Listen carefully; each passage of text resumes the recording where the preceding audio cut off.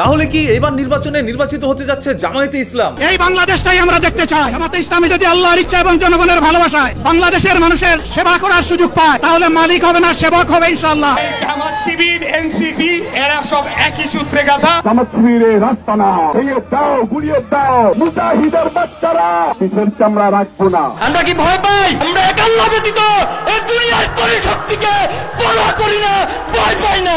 রাজাকারের বাচ্চারা সাল্লাল্লাহু ছিঁড়ে ফেলাইতে হবে। বেয়াদব একটা বদমাইশ ছেলে, তার মুখের কোনো লাগাম নাই, মুখ সামলে কথা বলেন, তা না হলে আপনাদেরকে রাজনৈতিক ভাবে ঘেরাও দিয়ে আপনাদের রাজনীতি ইতি আমরা সেখানে এগুলো ফ্যাসিবাদী চরিত্র।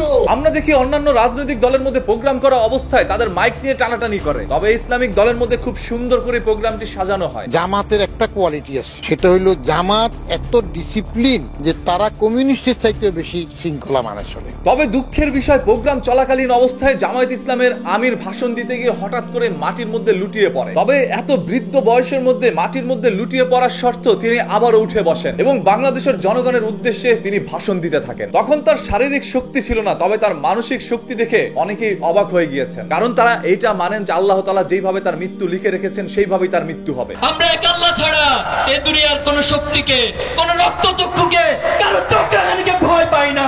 আপনারা যদি বাংলাদেশের মধ্যে ইসলাম কায়েম করতে চান, তাহলে অবশ্যই জামাত ইসলামের বিকল্প কোনো দল নেই। আর সেই জামাত ইসলামের সাথে বারবার এনসিবির উপস্থিতি দেখা যাচ্ছে। এনসিবি লেগেছে মুজিববাদের বিপক্ষে। মুজিববাদীরা এখনো বাংলাদেশের বিভিন্ন জায়গায় সক্রিয় রয়েছে। এই মুজিববাদের কোমর ভেঙে দিতে হবে। আর এনসিবির বিপক্ষে লেগেছে বিএনপির কিছু নেতাকর্মীরা। তারবিন আসিফকে হুঁশিয়ারি দিতে চাই, মুখ সামলে কথা বলেন, রাজনীতি অনেক দূরের কথা, আপনাদেরকে প্রাইমারি স্কুলে পাঠায় দেওয়া দরকার। এনসিবির বিরুদ্ধে একের পর এক ভাষণ তারা দিতেই থাকে।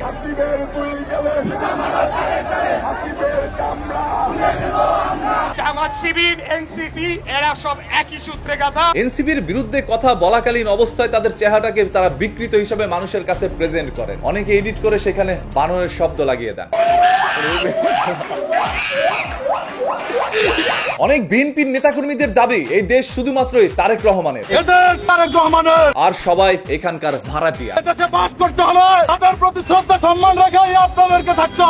জামায়াত ইসলামের প্রোগ্রামের দিন আমাদের বাংলাদেশে কিন্তু তীব্র পরিমাণ গরম পড়েছিল। সেই প্রোগ্রামের মধ্যে এসি বা ফ্যানের কোনো ব্যবস্থা ছিল না। তাদের মাথার উপরে সূর্য, সেই তীব্র সূর্যের তাপের মধ্যে দাঁড়িয়ে তারা সেই প্রোগ্রামটা অনুষ্ঠিত করেছিল। অনেকেরই ধারণা তারা সিঙ্গারা, সমোচা বা খিচুড়ি খাওয়ার লোভে ওইখানে এসেছিল, তবে সবার ধারণাই পাল্টে গেল এই সকল কথাগুলো শোনার পর। রুটি বানিয়ে নিয়ে আসি বাড়ির দিয়া, আর গাড়ি ভাড়া 1000 টাকা, পকেট খরচ প্রায় 1000। জামায়াত ইসলামী প্রোগ্রামের মধ্যে যে সকল মানুষগুলোর উপস্থিতি আপনারা দেখেছিলেন, সেই সকল মানুষগুলো তাদের নিজের টাকা খরচ করে গাড়ি ভাড়া দিয়ে প্রোগ্রামের মধ্যে অংশগ্রহণ করেছিলেন এবং ব্যাগে করে যে যার খাবার নিয়ে এসেছিলেন। আমাদের সংগঠনে কোনো চাঁদাবাজ নাই, বিরিয়ানিটা দিবে কোথা থেকে? জামায়াত ইসলাম ওইখানে কোনো নেতাকর্মীকে একটি টাকাও দেয়নি। আমাদের নিজের খরচে, নিজের জানমাল, নিজের সময় খরচ করে আল্লাহকে রাজি খুশি করার জন্য দলকে ভালোবেসে দলের এখানে আসছি, কারণ তারা অবৈধভাবে কারো কাছ থেকে কখনো টাকা নেয়নি। আমরা ওই রাস্তায় চাঁদাবাজি করি না, এই জন্য আমাদের কোনো কেউ দিবে না কোনো কিছু। প্রোগ্রাম চলাকালীন অবস্থায় এই তীব্র রোদের মধ্যে সাধারণ জনগণের সাথে বসে থাকেন আমির হামজা হুজুর, আর এটা আমাদের সবারই দৃষ্টি আকর্ষণ করে যে তাদের মনের মধ্যে কোনো বৈষম্য নেই। তারা সবাই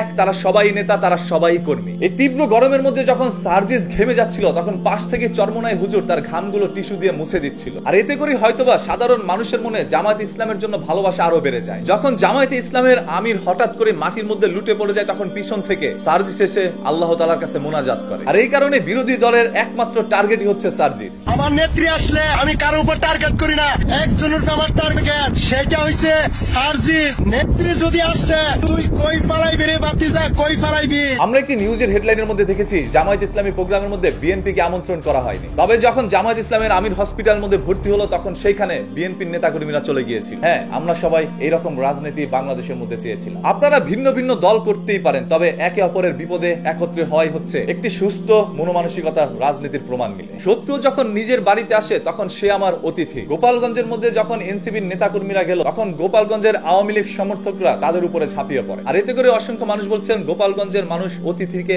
আপ্যায়ন করতে পারে না। গোপালগঞ্জের মাটিতে একটাও ফিরে যেতে পারতি না তোর বাপ প্রশাসন ছাড়া। জামায়াত ইসলামের এই সুন্দর প্রোগ্রামের মধ্যে যখন কেউ কোনো ধরনের ভুল খুঁজে পাচ্ছিল না, তখনই হঠাৎ করে তাদের চোখে পড়ে একটি ব্যানার মধ্যে বিসমিল্লাহ বিসমিল্লাহির রহমানির রহিম লিখেছেন, সেখানে রাহিম হবে, আর এই ভুলটি নিয়ে তারা অনেকে মজা করে যাচ্ছেন। এত বড় ভুল কিভাবে করলো? বিসমিল্লাহির রহমানির রহিম এই বানানটি কি এভাবেই সঠিক নাকি বিসমিল্লাহির রহমানির রাহিম হবে? যখন আমাদের এই দেশের সরকার এমপি মন্ত্রীরা ভুলভাল কথা বলে বা মিথ্যা কথা বলে প্রকাশ্যে, তখন তাদের কাছ থেকে অনুপ্রাণিত হয়ে এই দেশের অসংখ্য শিক্ষার্থীরাও সেই সকল ভুলভাল এবং মিথ্যা কথা বলে যায়। আমরা ইন্টারনেট বন্ধ করিনি, ইন্টারনেট বন্ধ হয়ে গেছে। আমরা ফেল করিনি, আমাদেরকে ফেল করে দেওয়া হয়েছে। নেতা তো সেই হবে যে সব সময় সত্য কথা বলবে, জনগণের জন্য কাজ করবে, তাহলে তার কাছ থেকেও এই দেশের জনগণ ভালো কিছু শিখবে। আদারওয়াইজ মানুষ বলবে আমরা আগেই ভালো ছিলাম। আমরা তো আগেই ভালো ছিলাম শেখ হাসিনার আমলে। এই দেশে আপনি ভিন্ন ভিন্ন সরকারের পরিবর্তন করে কোনো লাভ নাই। এই দেশের কোনো পরিবর্তন হবে না যতদিন না পর্যন্ত এই দেশের জনগণ পরিবর্তন না হচ্ছে। যেদিন জনগণ পরিবর্তন হবে সেদিনই এই দেশ অটোমেটিক্যালি পরিবর্তন হয়ে যাবে। তাই এই দেশের সরকার নেতাকর্মীর উপরে দোষ না দিয়ে আপনি আপনার নিজের জায়গা থেকে পরিবর্তন হন। 17 বছর নাকি আপনাদের উপরে স্বৈরাচার সরকার কত ধরনের অন্যায় অত্যাচার করেছে। সেই ফ্যাসিস্ট সরকারকে